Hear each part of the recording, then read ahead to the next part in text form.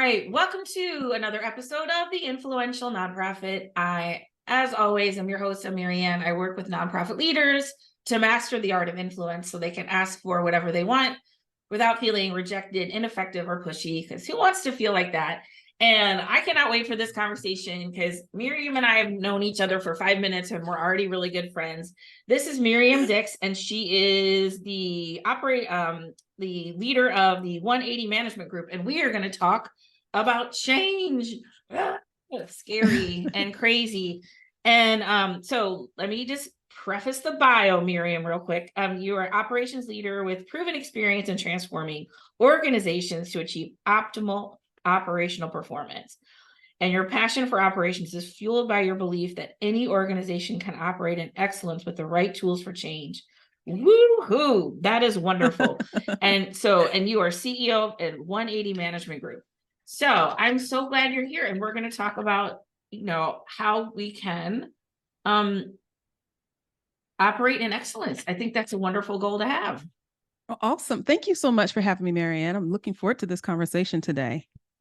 Okay, so before we get into the content, I always ask the same question. You can tell me something that you are proud of that you don't get to brag about a lot.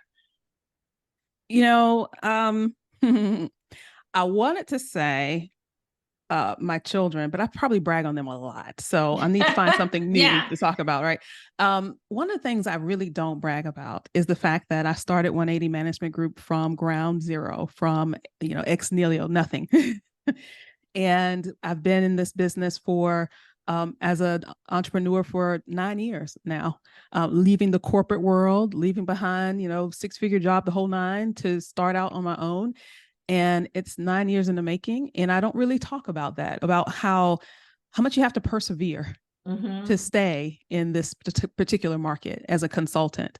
I'm a management consultant by trade, and there are very few female management consultants, period. And the management consultant role itself is not necessarily specific to the nonprofit world, but in the vastness of, corporate America or wherever, management consultants usually are found in, like the top 4 accounting firms and that sort of thing. But I am a management consultant and one of very few of them. And I happen to own my own business. And I've been doing it for 9 years. So I'm going to brag about that today because I really don't talk about that much. That's awesome. So what made you want to start the business? Well, a couple of different things. So my background was working in the mergers and acquisitions world. I was working with hospitals to help them acquire physician offices. I'm sure you remember when all that started happening, when you used to go to a doctor and it was private. And then all of a sudden they were all belonged to the hospital, right? Right. They're all managed by the hospital. And so I was in that world. And there came a point in time where as a consultant, I was traveling a good bit. And my husband was pastor. We had young kids at home, and me traveling and him having, afternoon, evening commitments with church got to be a little hectic. And I saw the writing on the wall. There are some markets. I had 4 different states that I served in, maybe 12 different hospitals. And I noticed that they were starting to sell off a couple of my markets. And I thought, timing. And I think this means something. Right. And so I left that world and started my own business, and here we are. Awesome. Okay, so what are some of the reasons, like, why organizations would want to go through change, or like what is the impetus? Like, why do people reach out to you? What kind of situations are in front of them? One of the things that we pride ourselves on is helping organizations transform. We're sort of transformation specialists, if you will. So there are times when an organization specifically is going through some transitions, right? So maybe they are growing and the systems that they used to have in place no longer serve them well. And they're really struggling to keep up with growth and to, operate their organization in a way that's efficient and helps them get where they want to go, meet mission. And so they call us in and we can help them with an assessment of where they are and where they want to go and fill in the gaps. Sometimes that in many cases, there's a culture that already exists in the organization that limits them. So we can't effectively change the organization and help them to become more efficient if we don't really address the cultural issues that keep change from happening and make it possible. And so what we do is we provide sort of this assessment that is a culmination of a readiness for change assessment, as well as like an operational audit, and includes employee survey, the whole nine, so that when we come in to give you a strategy, we understand what it is we're dealing with. Because at the end of the day, you can tell people that they need to do X, Y, and Z. If the culture is not supportive of that strategy, it will not happen. Right. It just will not happen. Right. So give me some examples. Because that's sort of like my happy place is like how people think and feel, right? Like, and how, what I really work with is it took me a while to get to this, but how people's thoughts and feelings contribute to their everyday decision making. So, and I'll give you an example, and then you can give me an example. So for instance, there's a big donor and I should really call them, but oh God, I'm kind of scared. And what if I don't know, it feels weird. I'll just work on this email. Right. I'll just like, okay, so I made a decision, and I do this too, right? I do this too. But you know what I'm saying? And okay, so that's a thought and feeling that contributed to a decision that I made. And so culturally, right, we have organizational thoughts and feelings that contribute to decision making. I would love to hear some examples of those. So for example, you have a senior leader who may be struggling with imposter syndrome. They have worked their way into this role, may not feel qualified. More than likely they are. They just don't feel that way about themselves. That's 100%. Right. Yep. And so when it comes to disciplining an employee or holding someone accountable, let me say that, holding someone accountable, they don't necessarily feel like they have the right to do that. So then you create this culture where accountability is lacking. And then you have things that are happening throughout the organization that are directly related to the lack of accountability for staff, which means you can't necessarily move forward in a way that's productive. So let's say that staff member, is always coming in late. And because they're not held accountable, everyone starts coming in late. Then you have issues with scheduling, and then you have issues with productivity, and now you're not meeting goals, right? So yes, from a very individual level, depending on your position within the organization, you can impact the culture very broadly, right? So as a senior leader, if you don't hold folks accountable, what does that mean for the organization as a whole? And so yes, these personal type, issues that we all face can definitely have an impact on the entire organization. So that's the sort of things that we look for. We kind of dig down into it, but then we put systems in place, right, to try to help those leaders manage their own personalities along with those in their organization. That's what it's really about, is managing personalities. And they don't, I didn't go to business school, but like, this is what I hear, like, they don't teach you. I think that there's a lot of strategy, and that's awesome. All of the education, like, but really what it comes down to is navigating personality, yours and everyone else's, right? And so, excuse me, I don't know why I have a frog today, but when it comes to the whole personality piece, right? So we talk about culture. We talk about culture is really made up of three things: it's behaviors, it's beliefs, and it's practices, right? And that is what we say. That's so cool. Hold on. Because I call it attitude, action, and accountability.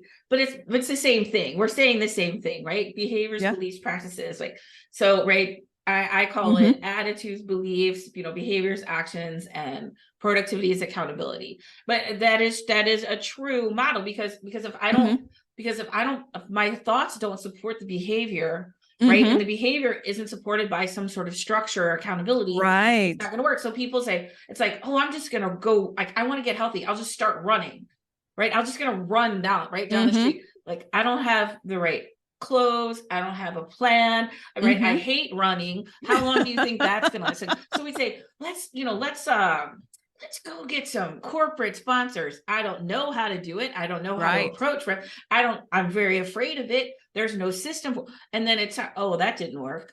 Yeah. And so the example that I give is that culture is what we call the apex predator.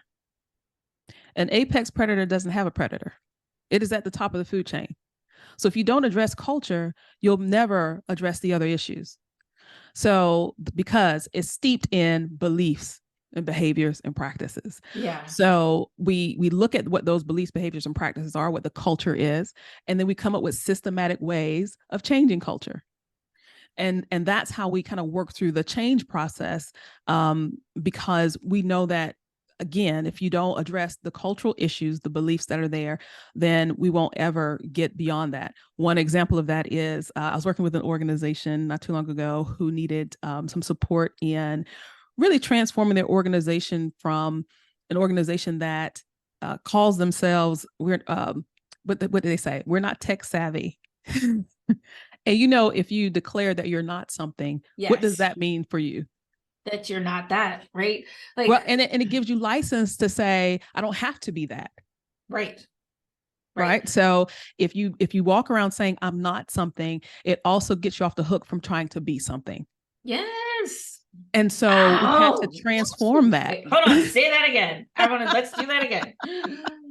Like nice and slow, because I like let's let that land. So when you say that I'm not something, it lets you off the hook from actually becoming something. Mm-hmm. So if I say I'm not tech savvy, I have an excuse now to not learn how to be tech savvy. Yes. I'm now off the hook because that's just not who I am. Right. Oh yeah, that's not me. That's not me. So that's one of the things that I work on with people is we're a collection of the stories that we tell about ourselves. Right. Mm-hmm. And so sometimes I say, like, let's tell a better story. What's a better story? So I want to give you an example because I'd love for you to hear this. So I'm working with somebody whose organization went through a name change, and the change process wasn't very well managed, we'll say. Mm-hmm. And there's some people who people who support this organization that are kind of mad, and that happens all the time, like mergers and name changes and brand changes, and people get mad. Mm-hmm. Mm-hmm. And so the leadership is like, I am so tired of apologizing for this. Yes. Right. I am so tired. I don't want to do that. And I'm like, okay, what's the better story that we could tell? The better story we could tell is anger is interest. That means people care. And when people say, I'm really upset about what happened, that's an opportunity for you to create connection. Right. So see what I'm saying? So the story I tell myself is, I'm not good with people. Now come on. And I would say to them, now I can tell you a million, because there's feelings and there's facts. Okay. So I'm feeling like I'm not good with people, but the fact is I've seen you navigate people very well. But I can tell that story. That way, if something goes wrong, we'll say, I told you I wasn't good with people. Right. Right. And my husband, my husband say, oh, I'm just not good with money. I go, and one day I just had to say to him, sometimes I think you say that so that you don't have to be good with, because, and if you look at the facts of our life, that is not true. Right. You know what I'm saying? Right. And so I think, yes, those are the collective stories. And I think culturally an organization can say, one of the things I see is oh, we're so busy. We're so busy. It's so crazy. And that's the story they tell themselves. We're busy. We're crazy. With that example of we're not tech savvy, when we started to do the digging, if you will, to what was going on in the organization, what we found is that there were some things structurally that supported that feeling. So if you've tried to implement several new systems and it's half-baked, if people aren't trained appropriately on new systems, if they have not been made aware of how the change is going to impact their responsibilities or within their department, and that happens over and over again, you're going to have people who feel like, I really am not tech savvy because obviously I can't do this well, when they haven't been set up for success. Mm-hmm. So sometimes there is a underlying truth that needs to be exposed behind the comment. And that's why we have to kind of dig into why are you saying what you're saying, so that we can make sure we can change the narrative. Because once you kind of get over what it is that you feel that you are not prepared for, right? In that instance, well, I wasn't prepared to handle money. I wasn't prepared to work on all this tech. And so it becomes, I'm not.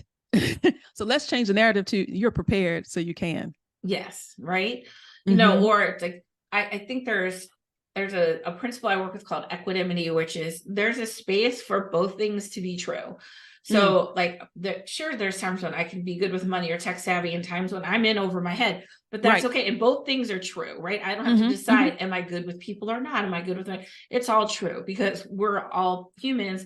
And we get to play with all 88 keys. I call it the Ellen DeGeneres paradox because like for a long time, right? Is she mean or is she nice? I don't know. She was mean to me. She's like, no one can decide. Well, maybe she's all those things, right? Like, because she's a human being. Right. Right? Like, right? Like, it's okay. It's like we get to be all those things. And sometimes I feel like there is a disappointment when human beings act in fallible human ways.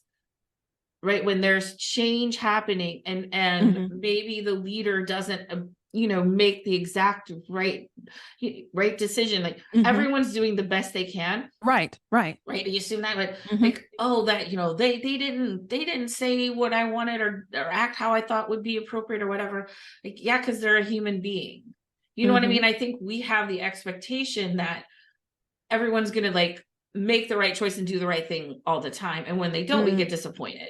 Right. You know what I'm saying? Instead of seeing sort of more nuanced lens, well, that, they're trying or that happened. I don't know. What do you think about that? So I think that we all have to be cognizant of creating a sense of belonging, right? Because I think that's where that's rooted. If you feel like you belong in a particular organization, like you feel like your presence is welcome there, you as a person are welcome there, then you also have this sense that even if I get it wrong, I still have folks who are on my side because I belong here, right? And so that space is necessary, creating that type of atmosphere where we can, and I would say, explore in a box. Right. So we can make certain mistakes and it's not detrimental to the organization. And that's okay because we know what that box is. But the higher up you go in the organization, some mistakes just are detrimental. They're still learning opportunities. They're just detrimental. So we have to make sure that we don't make every mistake weighted the same. Not every mistake is heaven or hell. Right. Right. Right. There are some things that are just a part of your natural growth and learning process, and people feeling safe enough to have that growth experience in the organization is important. As long as we identify what types of decisions are the ones that we really can't afford to get wrong. And if we do, we know we have to do some serious cleanup.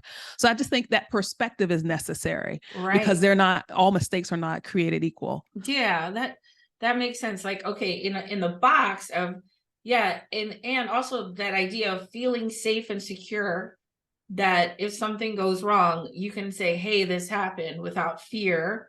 I see that a lot.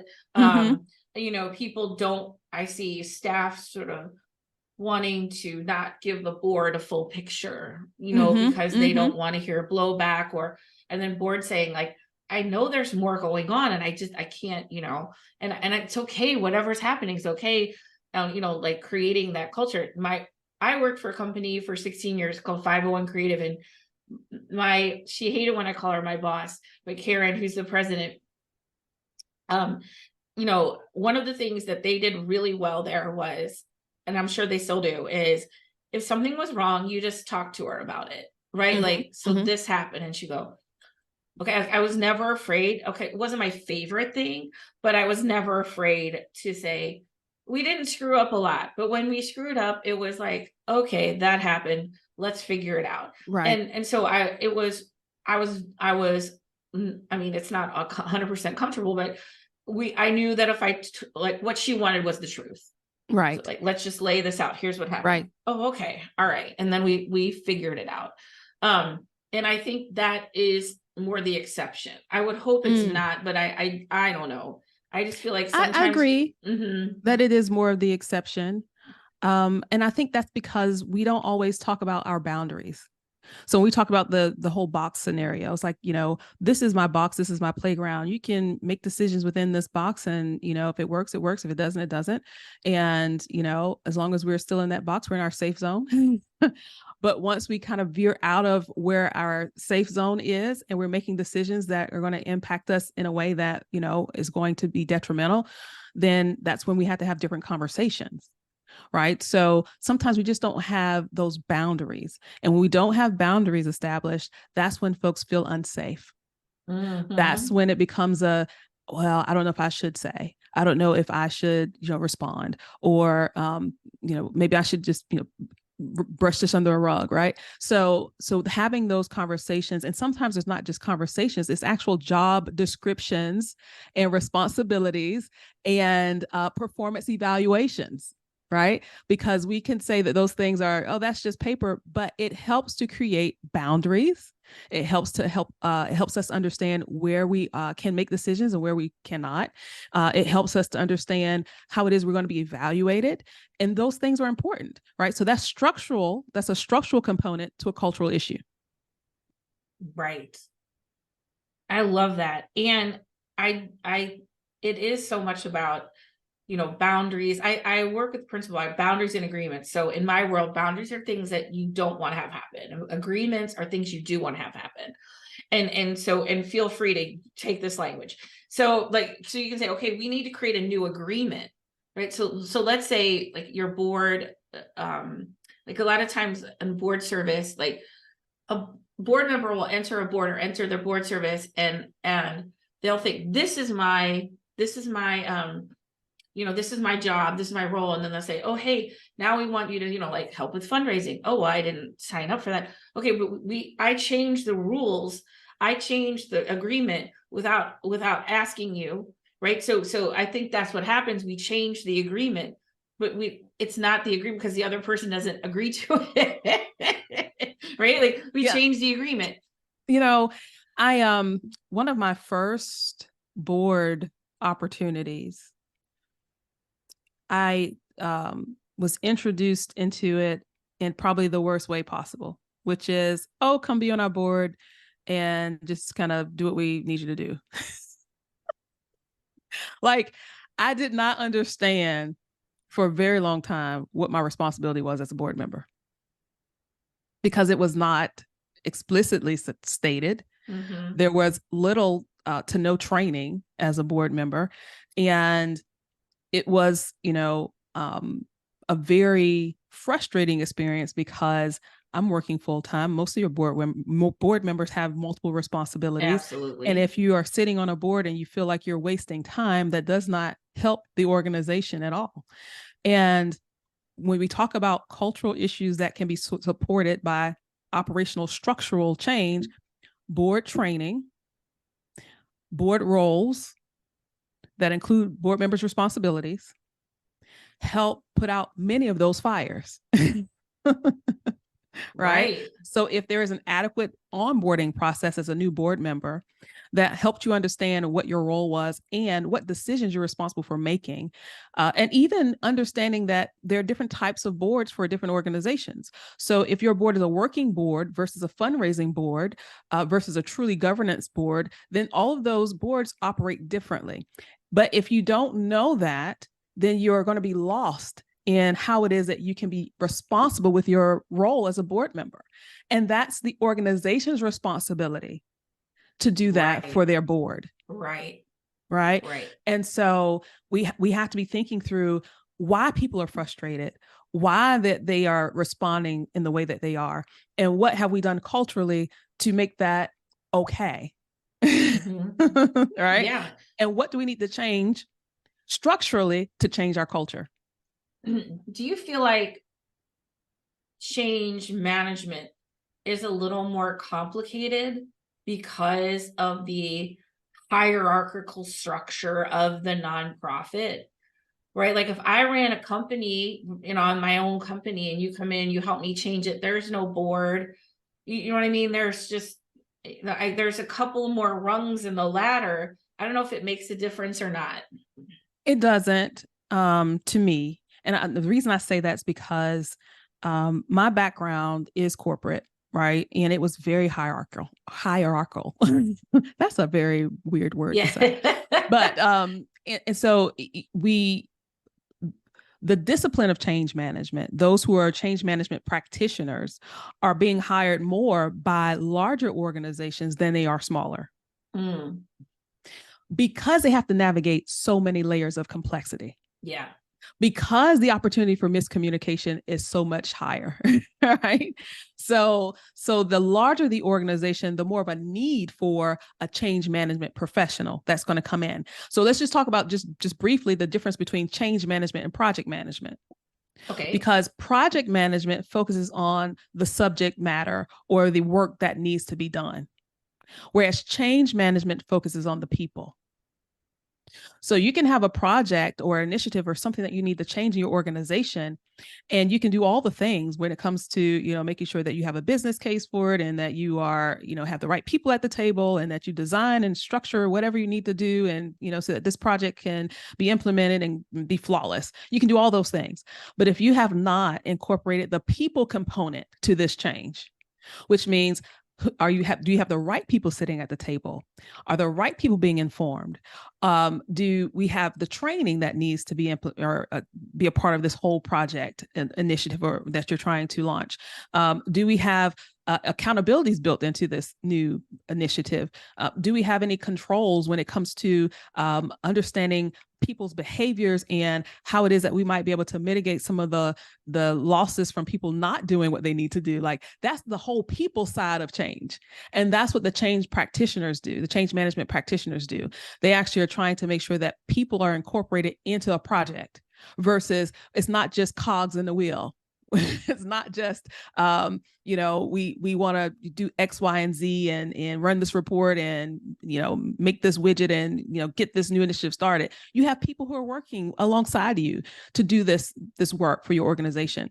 And so that's the difference with change management. So when it comes to a larger organization, it's more important, but it doesn't mean that it's not necessary in a small organization, because one of the most, I think, the biggest error that we can make in thinking about a small organization is that we have effective communication. That is a really big mistake to make. Oh, we all work together, so we must communicate well. It's only 4 of us. It's only 5 of us. So we all know what we're all doing. Girl, and that's my house sometimes, right? Right. I live with these people. I don't know what's going on. Exactly. Right. And I think I told you this. I have three children who are in college. I have like this little whiteboard calendar on the kitchen wall so that they can put their schedules. So I'll know when I could expect someone to be home or not home, because they were scaring me sometimes. They're in and out the house, and I'm like, "What? Who's here?" I'm in my office working. And so, if we assume that we just communicate well, when it's time for us to implement some kind of change initiative, we could be assuming erroneously, and we won't be on the same page. So we still need it at small levels. Okay, so what if I'm imagining someone listening to this episode and thinking, I'm all in. This is great. There's somebody in their orbit that's like, heck no, I'm not changing. I don't want anything to do with this. Like, how do you enroll people? It's because I think, and this is just my experience, there are people who are more tolerant to change than others. Oh gosh, people are like, yeah, cool, whatever, I'm fine, and then other people are like, oh no, this is very overwhelming and scary for me. And it may not come over as overwhelming and scary. It's going to come out as defiance or or criticism. So how do you enroll the doubters? Or do you? I don't know. You do. And you actually want them on your team. So part of when you talk about change management is making sure you have a team with doubters on it. Because you need their feedback and you need their buy-in. And so if they're on the team that's coming up with the change and they're helping to make those decisions, it kind of puts them in a position where I did help make this change process. Yeah. I guess I see But sometimes where people, even if they're on that committee or they're in that Mhm. room, that they're maybe just like they don't believe that change is necessary, or you know what I'm Well, saying? so one of the things, so it's a process. Let me just start with that, right? It's a process. It's not a magic pill that you just say this, magic phrase and they're on board. It's not What? that, right? It's a What? process. So, what we I'm trying to figure out where to start. So when it comes to making sure that we are accounting for people who may not be on the train with us, right? Trying to change the organization, is that one, we identify why the organization needs the change, right? And so what is the impact of us not making the change? Okay. Because that's important, right? The Mhm. second part is to set the expectation that when we go through this change process, it's going to be painful. Don't sugarcoat it. Don't Right. say, oh, this is going to be easy peasy. We're just going to get this 1, 2, 3 things done and then we're going to be good. No, tell people change is pain. As a matter of fact, there are some studies that say that the same electrical wiring in our brain that triggers the pain response, change does the same thing. Yeah. Right. Mm-hmm. So that's why it's so hard for people to change habits and patterns and things like that, because our brain actually receives that change as pain. So if someone says change is hard, agree with them. If someone says this is painful, agree with them. But don't let them stay in what we call the valley of despair. The valley of despair. I love that. You don't want to stay in the valley of despair. Okay. Right. We're going to get you out of the valley. So that means we have to talk about what's so painful and we have to dig into that. And we have to come up with strategies to help pull you out the valley. So step one is making sure everyone understands why the change is necessary. Step two is making sure everyone understands that change is painful and it's going to be. Step three is once they hit that valley of despair, come up with some solutions to help pull them out of the valley. Yeah. And step four is make sure that there's some things in place to hold everyone accountable for the change.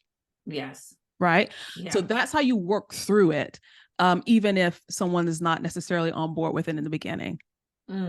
Yeah. What I would just love, we're almost out of time. I would just love like a little story, case study, like an organization that you're like, oh, that was awesome. I love to share that story. Oh gosh. Well, I had an organization I work with that they had a lot of challenges with trust in their organization. Have you ever worked or have worked with or been around or in an organization that there is maybe some personality clashes amongst leaders and the staff feel like the children and they don't know which way to go? Right. Mommy and daddy are fighting. Right. Mom and daddy are fighting. And then maybe if mom and dad fight, they take it out on the kids. Well, we had an organization that was really struggling with some of the interpersonal conflicts that within the leadership team and how that was spilling over into the general body, if you will, of the organization. And we came in and we did an assessment, an operational cultural assessment, and determined that there were a couple of things that did not meet code when it comes to how human resources were being administered within the organization that kept this drama triangle going on. And so we and they really wanted to have a staff retreat. And I'm going to say this for all the listeners. If you have those challenges going on with a lot of interpersonal conflict, the last thing you want to do is bring everyone together in a retreat because it will blow up. Okay. What we recommended, because if tempers flare or people get become very anxious, all those things can happen. Why put them all in the same room and say let's play together, right? We probably should work through some of those issues first. So what we did was we had two different initiatives going on at the same time. One was coaching, so we provided coaching to the team and we divided them up. So leaders had their own coaching, staff had their own coaching. So that way it was safe. Yeah, staff need a safe place to make sure that they're heard. And then coaching went on for several months. And then also we worked on, restructuring some of the HR policy and procedure. And then after 6 months of coaching and restructuring some of the HR components, their employee engagement or the employee satisfaction survey increased tremendously because they had a different perspective on what it looked like to be a part of the same organization, not necessarily a family, because most times organizations say we're all a family. Well, everyone has a different way of being family. And so if you say we're a family and you come from a dysfunctional family, you're also bringing that dysfunction to work. So we can't say we're a family, but we can say that we all are on board and passionate about our organization and moving in the right direction. So reframing perspectives, making sure that people understood what it meant to have those different personalities and how to communicate with those different personalities, and making sure that the accountabilities were there. It really made a huge difference in that organization's employee satisfaction. And we were just so elated to have been able to work with them on that. And so now, after you've gone through that, you're ready for a retreat. Right. Because it's going to reinforce a culture that's good and not reinforce a culture that's broken. Yeah. Yeah. I love that. That's a great little nugget. Let's not have a retreat when we're all fighting. And also what I heard in your stories, it takes time. It takes time. It takes some, investment in the coaching, in the process of just letting it all unfold, letting it heal. I just feel like that's something, I don't know. I feel like real change takes a year, right? If you really want to implement something, it takes a year. And I learned that the hard way, in my programs, because I was doing this program for 6 months and now it's a year. People commit to a year because I know that's what it takes. Yeah. And even in my own life. And I do feel like, you have to give it time. Yes. Most of our transformation projects, I'd say they're no shorter than a year. On average, we're talking about 18 months. Yeah. Right. But we do projects, we do a lot of different types of projects, right? So we're focused on operations. So it could be a new system implementation. Like, for example, you need to introduce a new management software. I don't know which one. I'm thinking about several at one time, but let's say you were using another software and you need to use QuickBooks now for your accounting package and you need to implement that new process. Well, that takes a lot of time because you got to build out a system to make sure everything is transferred into a new system and people need to be trained on it. And you need to make sure that the processes that you already have in place, and maybe sometimes you don't have the right processes in place, are built so that when you do go live and you launch that new piece of software, that everyone is functioning appropriately. So that's not a short process, right? Especially the larger the organization, the more time it takes. Now, if you're a small organization, you probably could do that in a shorter period of time. So the time that we factor in really has to do with size as well, because the larger the organization, they just don't move as fast. They have more bureaucracy sometimes. But it's just necessary because they have more moving parts. So lots of different types of initiatives. If there's an initiative where we really are looking at the transformation of the organization from a culture that is just, really dysfunctional to a more functional culture, there are a lot of departments that might be impacting that. So it could be that you have, too many. Let me give you this example real quick. I worked with an organization that had like 20 different types of software they were using because everyone got to choose what they wanted to use. Well, I like PC, I like Mac, I like Google Drive, I like Office, I like... Wow. Right? Okay. That causes some dysfunction, right? Yeah. And so it's going to take a little bit to sort that all out. That's a yacht. You got to, you got to turn that yacht around. It's going to take a little bit. Right.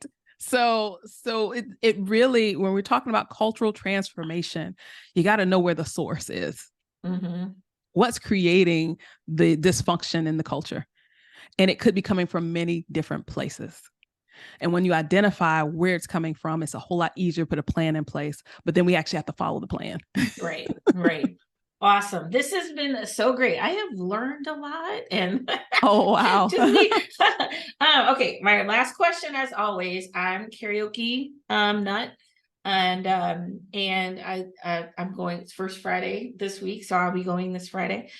What is your go-to karaoke number? If you and I ever wound up somewhere Oh my together. What is your gosh. go-to karaoke number? You know, I am not a karaoke fan, but if you asked me, I would go and I would just be a good sport because that's what I do. Good. I was like, don't break my heart now. We're getting along so well. I would just go and I'm just going to sing Good. whatever comes Good. up because I You am can with just you on sing that. along and support. Here's the thing. People say, oh, I love karaoke. Oh, I don't sing. I'm like, even better. Well, That's what I I want. sing all the time. I Not want that a I'm a good full singer. bar and like 5 singers, you know. I'm not a good singer, but I will do it. And the only song that comes to mind is I'm Every Woman. Oh, wow. Yeah. So we'll just belt out some songs There you together. go. And I tell people, hey, just sing it because everyone will just sing along, and that's what it's more like you're directing a choir. All right, Miriam, Awesome. it has been so great to have you. If people want to learn more about what you do, they're gonna go, what's the best way to contact you? So definitely visit our website, 180managementgroup.com, 180managementgroup.com. And there's some information out there about what it is that we do, how we serve our clients. But definitely check us out on LinkedIn. We try to keep current on LinkedIn. You can look for me directly, Miriam Dicks, I think is how I'm out there. And so we try to keep our Facebook page, not just my individual page, but also our business page, current with any activities, events that we have going on. We recently just launched a free communications cohorts for folks who needed some help in being better communicators within their organization. And it was a mastermind for about 4 weeks or so. That's So we're going to have some awesome. of those free events posted on our page. So check out our page, our site, for upcoming things that might be of some use to you. We are tool makers. That sounds great. And we'll put the links in the show notes so people can find you. Miriam, thanks again for being on the show. Like, any parting words of wisdom for our nonprofit change makers out there? Yes. Listen, change is hard, but you can do it. All right. Thank you so much. And this is it for this episode of the Influential Nonprofit. If you are wanting to learn more about how to increase your influence, you can go, and if you haven't yet, go to theinfluentialnonprofit.com and you can download your Up-Level Your Influence Starter Kit. I have all kinds of goodies in there to help you increase your influence and get whatever you want. So thanks again. And that's it for the Influential Nonprofit.